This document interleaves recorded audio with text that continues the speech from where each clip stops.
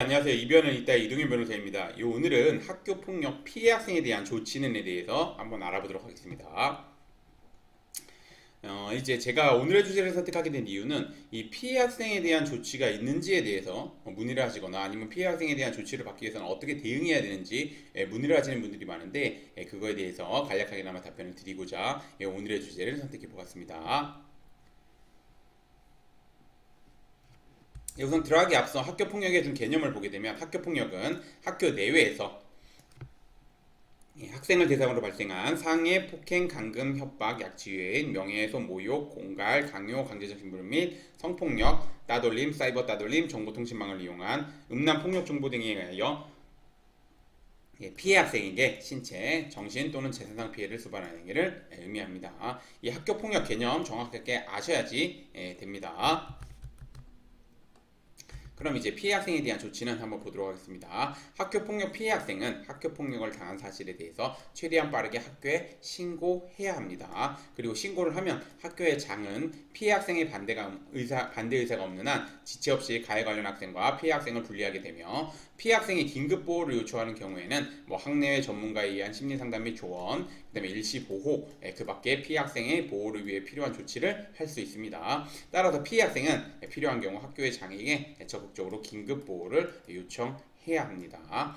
그리고 두 번째로는 이제 학교폭력대책심의위원회로 간 경우에는 피해 학생의 보호를 위해 학교폭력대책심의위원회는 피해 학생의 보호를 위해 필요하다고 인정하는 때에는 학내의 전문가에 의한 심리상담 및 조언, 일시보호, 치료 및 치료를 위한 요양, 그다음에 학급 교체, 그 밖에 피해 학생의 보호를 위하여 필요한 조치를 내리게 됩니다. 그렇기 때문에 학교폭력대책심의위원회에 회부돼서 이제 간 경우에는 피해 학생은 학교폭력대책심의위원회에 참석해서 학교 폭력을 당했을 당시의 상황을 좀 구체적으로 진술하는 한편 필요한 조치에 대해서는 좀 적극적으로 어필해야 됩니다. 내가 치료를 요한다 그러면 치료를 이런 주장, 그다음에 일시보호를 요한다 이런 주장, 학급 교체를 요청한다 그럼 이런 주장, 그 밖에 조치를 요한다 주장 적극적으로 해야 되는 부분입니다. 그래서 피해 관련 학생 중에서 이제 일부 학생들 같은 경우는 이제 와서 진술하는 게 좀 부담이 된다, 아니면 2차 피해를 받는다 이러면서 이제 와서 학교폭력대책심의위원회에 참석하지 않고 이렇게 서면으로 진술하거나 이런 경우가 있는데 될 수 있으면은 나와 가지고 학교폭력대책심의위에 참석해서 진술하는 것이 아무래도 이제 위원님들이 조치를 판단하는데 더욱 유리할 수 있으니까 꼭 그렇게 해주셨으면 좋겠습니다.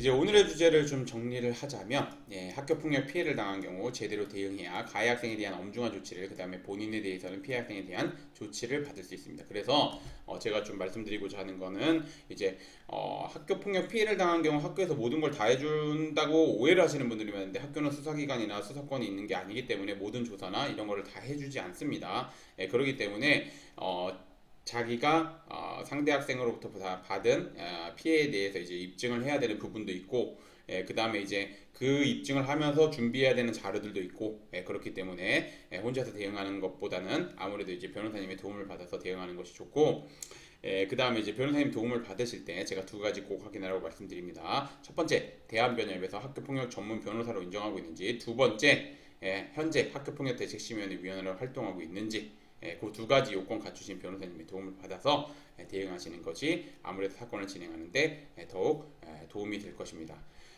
저 오늘의 주제는 여기까지 마치겠고, 저는 이변은 이따의 이동현 변호사였습니다. 감사합니다.